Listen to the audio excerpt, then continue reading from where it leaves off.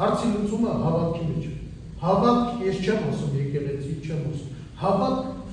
դու քո առջև եւ քո դիմացինի առջև։ Վստահություն։ Եթե չեղա, մենք չենք հաղթել։ Բայց իմացեք, մենք հաղթում ենք ինչ-որ մեկին, ոչ։ Մենք գնում ենք թափուր, այն ոնց են ասում, հերթական ընտրությունների, որ ես ձեզ հետ միասին պետք է մասնակցեմ, դա չի նշանակում ինչ-որ մեկի տեղ։ Այդ տրեսնով, այդ աթորը, այդ բային պետք է ազատ լինի, որովհետև հերթական ընտրություններ են։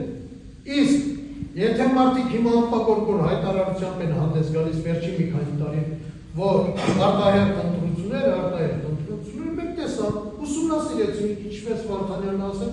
անալիզ արեցինք, մարդկանց հետ հանդիպում ունեցանք, պրոստո մարդիկ հիմա անազատության մեջ են, այդ մարդկանց մասին բացասական չեմ ուզում ես խոսամ, տասված մի օր շուտ բոլոր ազատ։ Բայց ստեղ հարցեր կա, եթե միտեղ գնում ես, պետք է մտածես այդ ավարտի մասին։ Հիմա ես համոզված էի եւ հիմա եմ համոզված, որ Հայաստանի Հանրապետությունում արտահերթ ընտրություններ չի լինելու։ Դա հանուն այդ արտահերթի կյանքը ուրիշի կյանքը կնվիրաբերի եւ սարքի մի հատ որ ասում են արտակարգ իրավիճակ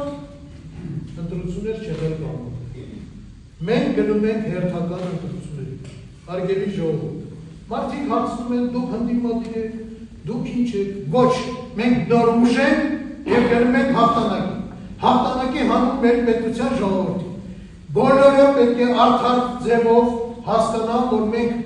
անելու ենք ամեն ինչ, որպեսզի օրենքի առջև բոլորը լինեն հավասար։